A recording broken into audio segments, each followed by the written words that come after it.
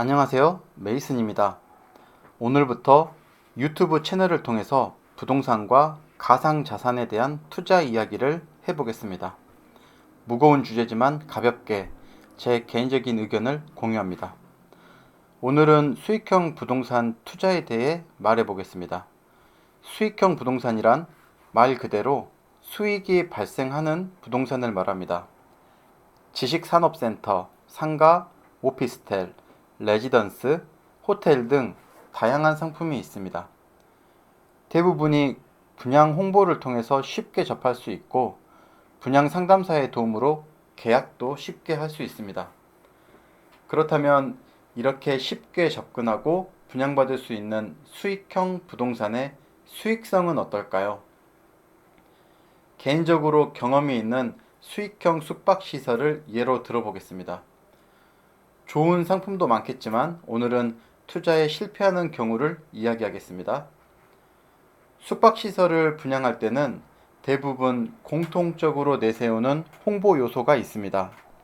확정 수익, 예상 수익률, 유치 예정인 주변 시설과 입지 조건에 따른 예상 매출, 부동산 규제 미적용, 중도금 무이자와 소액 투자 등입니다. 팜플렛이나 온라인 광고 등에서는 충분히 관심을 끌 수 있도록 굉장히 희망적인 내용으로 홍보를 합니다. 분양 상담사도 수익금이 마치 평생 지급되고 부동산의 가치가 급격히 상승할 것처럼 홍보하면서 지금이 아니면 살 수 없는 마지막 기회인 양 투자를 유도합니다. 그렇다면 수익형 부동산을 분양받은 투자자들은 광고대로 안정적으로 수익금을 지급받고 부동산 가치가 상승했을까요? 제가 아는 대부분의 수익 부동산의 투자자들은 수익률과 부동산 가치가 광고 내용에 한참 미치지 못해 어려움을 겪고 있습니다. 이렇게 부동산 투자에 실패하지 않으려면 어떻게 해야 하는지 제가 나름대로 정리해 보았습니다. 첫째, 홍보 내용을 팩트와 뇌피셜로 분리합니다. 먼저 언급했던 홍보 요소 중에 팩트는 확정 수익, 부동산 규제 미적용, 중도금 무이자 세 가지 뿐입니다. 가장 중요한 운영과 매출 그리고 수익률은 예상 수치를 바탕으로 한 뇌피셜일 뿐 확인할 수도 검증할 수도 없는 내용이었습니다. 이러한 홍보가 가능한 이유는 선분양제도의 특성 때문입니다. 아직 짓지도 않은 건물을 무슨 수로 운영해서 수익률을 계산하고 감정평가를 해서 자산가치를 책정할 것이며 주변에 어떤 시설이 유치된다 한들 그 영향을 어떻게 예측해서 수익률에 반영하겠습니까? 홍보하는 입장에서는 최대한 유리한 수치를 제시하는 게 당연하기 때문에 투자자는 이러한 투자 위험을 미리 확인하고 대책을 강구해야 합니다. 둘째, 투자 상품의 수익 구조를 확인합니다.